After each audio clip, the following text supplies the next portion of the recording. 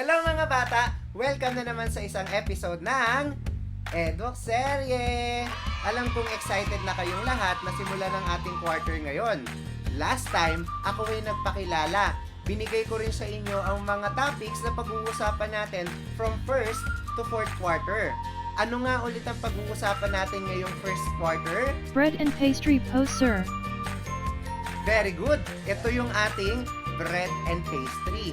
Ngayong araw, i-explain ko sa inyo kung ano nga po ba ang bread and pastry. At ipapaalam ko rin sa inyo ang mga bagay na inyong matututunan ngayong quarter. Handa na ba kayo? Tara, simulan na natin! So ayan, so once again, our topic for today is the introduction to bread and pastry nc2. So what is bread and pastry nc2? Bread and pastry production nc2, also known as baking and pastry production nc2, is a technical vocational program that develops the skills of students in preparing and producing bakery, pastry products, cakes, and desserts. So basically guys, ito yung mga bagay na matututunan nyo sa ating topic ngayong quarter. Kung paano gumawa ng mga tinapay, ng mga cake, ng mga cookies, at ng mga desserts. Alam kong excited na kayo, no? Ano pa ba ang sabi dito sa Bread and Pastry NC2? Sabi dito, students of the Bread and Pastry NC2 Production NC2 program are trained in using modern baking techniques, equipment, tools, and utensils, and other baking appliances. Students are also taught about different presentations, methods, sanitary, and safety. So basically guys, dito lang po iikot yung ating buong quarter. Okay? Since ito po yung first time nyo nakukuhanin ang bread and pastry NC2, ipapakilala ko muna yung mga tools, equipment na ginagamit natin sa paggawa ng mga bagay na to. Okay? Pero later on na natin yan pag-uusapan. Also, syempre, hindi mawawala dyan yung inyong safety. Okay? So, napakahalaga niyang bagay na yan sa lahat ng bagay na ginagawa natin. Okay? Bread and Pastry Production NC2 program is regulated by TESDA. Are you familiar with TESDA? Okay. So, the regulating body for vocational courses and offered by TESDA accredited training institutes and program may also be incorporated in undergraduate courses such as BS in Hotel and Restaurant Management or BSHRM and BS in Tourism or BST. So, I'm sure maraming pag ako, may mga estudyante tinatanong ko, ano yung mga gusto nilang maging, no? So, hindi talaga nawawala yung mga gusto maging tourism student or gusto maging flight attendant, yan, okay? So, isa rin to sa mga possible na magiging subject nyo kapag kayo ay nasa college level na. Okay? Is bread and pastry production a profession? Sabi dito, some jobs related to baking and pastry such as pastry chef are considered professions. However, finishing the bread and pastry production NC2 will not make you a professional. It is just an entry point to the bread and pastry making industry. Only after years of working experience will you be considered a professional baker or pastry chef.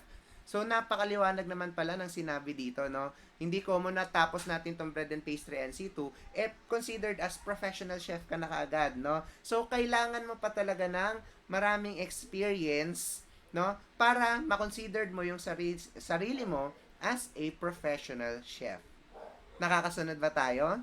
Okay, so let's proceed. What senior high school strand should I take for bread and pastry production NC2?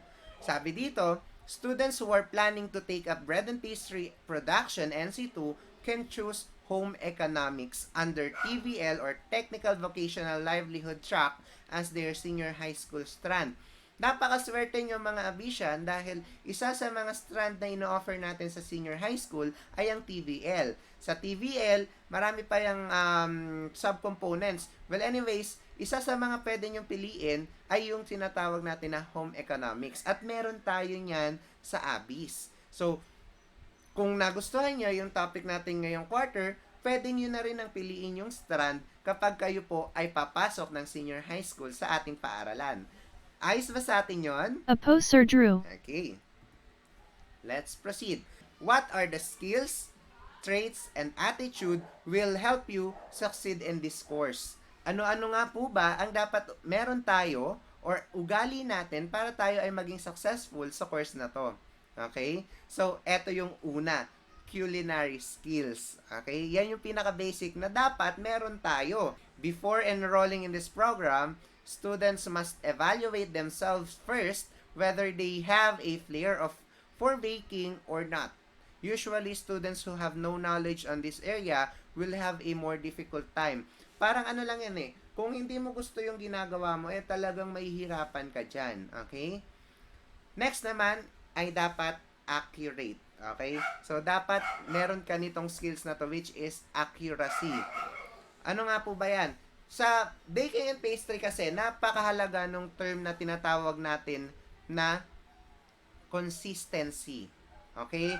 Later on, ituturo ko sa inyo kung paano nga po ba magsukat ng mga ingredients na ginagamit natin sa bread and pastry. Hindi yan pwedeng gawing tansyahan. Okay? Sa subject natin, walang tansyahan na magaganap.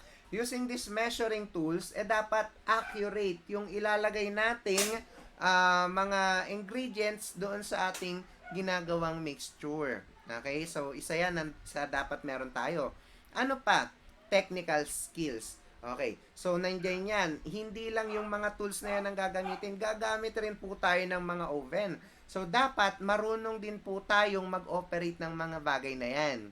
Okay? So, later on, ikikwento ko rin sa inyo kung paano nga po ba yan i-operate. Well, napaka-basic lang yan. Pero dapat, safe tayo or meron tayong sinusunod na safety procedures sa paggamit ng mga equipment na yan. Next, basic oral and written English skills. Siyempre, lalong-lalo na kapag kayo ay magtatrabaho abroad, most of the time, ang mga kaharap nyo ay ibang lahi. So, paano kayo makakapag-communicate? Dapat marunong kayong mag-English. Okay? Basic math skills. Okay? So, later on, ituturo ko rin sa inyo kung paano mag-convert from Fahrenheit to Celsius, from Celsius to Fahrenheit. Ano pa ba? Tuturuan ko rin po kayong mag-convert ng mga volumes na ginagamit natin sa bread and pastry, no? So, from liter, milliliter, centiliter, gallon, so yun yung mga yon. Ano pa? Creativity. At ayan ang isa sa mga alam kong gusto nyo matutunan, lalong-lalo na ng mga girls, no? Sa ilang beses kong nag-o-observe sa klase ng aking mga co-teacher sa bread and pastry, madalas kong nakikita na ang mga babae ay excited mag-design, no? Particularly yung mga cakes, pag sila po ay nagde-design, no? Alam kong gustong-gusto nila yung bagay na yan. What else? Endurance, the ability to withstand tiresome work such as standing for long periods of time while they are preparing dough, monitor baking, or package baked goods, and being in the kitchen where the environment may be uncomfortable and the room temperature is always warm. Okay? Alam kong napakahirap na trabaho, lalong-lalo na ng mga chef. Kasi mukhang maganda lang siya kung papanoorin natin sa TV, pero sa totoo lang, mahirap po talaga yung kanilang trabaho. Kagaya nga ng sinabi ko, kung hindi mo gusto yung ginagawa mo, well, hindi ka talaga magiging successful sa bagay na to. So, dapat nandun yung willingness mo na gawin yung iyong trabaho, no? Kapag ikaw po ay nais maging professional chef. Okay? Dapat meron kang endurance na tinatawag. Dapat kaya mong tiisin yung mga bagay na yan. Okay? Siyempre, next natin is patience. During the practicums, you will not be able to get things right and create breads, pastries, and desserts to perfection. So, you must have the patience to move forward and practice more. Well, sa mga professional chef natin, bago sila naging professional or bago sila makabuo ng isang perfect recipe, no, marami pa yang silang pinagdaan ng mga pagkakamali. For example, 'di ba? Nagawa ko ng isang dish. Bago ko yan ma-create yung isang dish na yan, marami pa akong trial and errors na ginawa. Unang tingin ko, parang medyo maalat. So, bawas ng konting salt. Next na pagtingin ko, parang may something, no? Hindi mo yan makukuha sa isang gawaan lang. Okay? So, you need to experience trial and error. Okay? Or in other words, you have to practice. Okay? So, here are the career opportunities for bread and pastry production NC2 graduates. Unahin natin ang kitchen helper. Siyempre, lahat tayo nagsisimula sa mababa. Next naman natin ay plant bakers or in-store bakers. Ano pa ba? Master or craft baker. So, eto na yung medyo ibang level, medyo professional level na to. Ano pa ba? Eto pa, cake decorator. So, from the word itself, sila yung mga nagde-decorate ng cake. Most of the time, marami kayong makikita niyan sa Goldilocks, sa Red Ribbon, no? Okay. Eto pa, pastry chef. Sabi dito, in charge of and trained in the production of desserts, pastry, and breads. Okay. Next is kami. Ito yung tinatawag natin na junior chef. Okay? Next naman natin ay line cook or ito yung tinatawag rin natin na station chef. So, it is the chef designated to take charge of a certain area of food production. For example, in charge ka lang sa frying area, sa decorating area, no? So, kasi sa ating kitchen, maraming pwedeng area na pwedeng ma-assign ka. Okay? Syempre, mas maganda kung expertise mo yun. So, for example, magaling ka mag-design. So, dun ka. Okay? So, ano pa? Bakery sanitation manager, bakery technologist, caterer, and of course, bakery owner. So, yan yung mga career na pwedeng maging kayo kung seseryosohin nyo ang ating topic ngayon. Okay? So, eto naman po yung salary levels ng mga nabanggit ko sa inyo. No, this is as of 2017. Ang source ko po dito ay ang Job Street. So, kapag the baker, ang usually salary niyan is ranging from 12,000 to 16,000. Pag naman cook, pag ikaw ay fresh grad, 9,000 to 13,000. Kapag meron ka namang 1 to 4 year experience, 12,000 to 15,000. Or kung ikaw ay supervisor or may experience ka na 5 years pataas, pwede mag-range yan from 14,000 to 20,000. Kapag naman po ikaw ay line cook, 12,000 to 17,000. Kapag ikaw naman po ay commis or junior chef, 10,000 to 18,000. Okay? So, not bad, no? At lalong-lalo na kung gusto mo talaga yung ginagawa mo, no? So, eto po ang aking naging reference para sa ating lesson ngayon.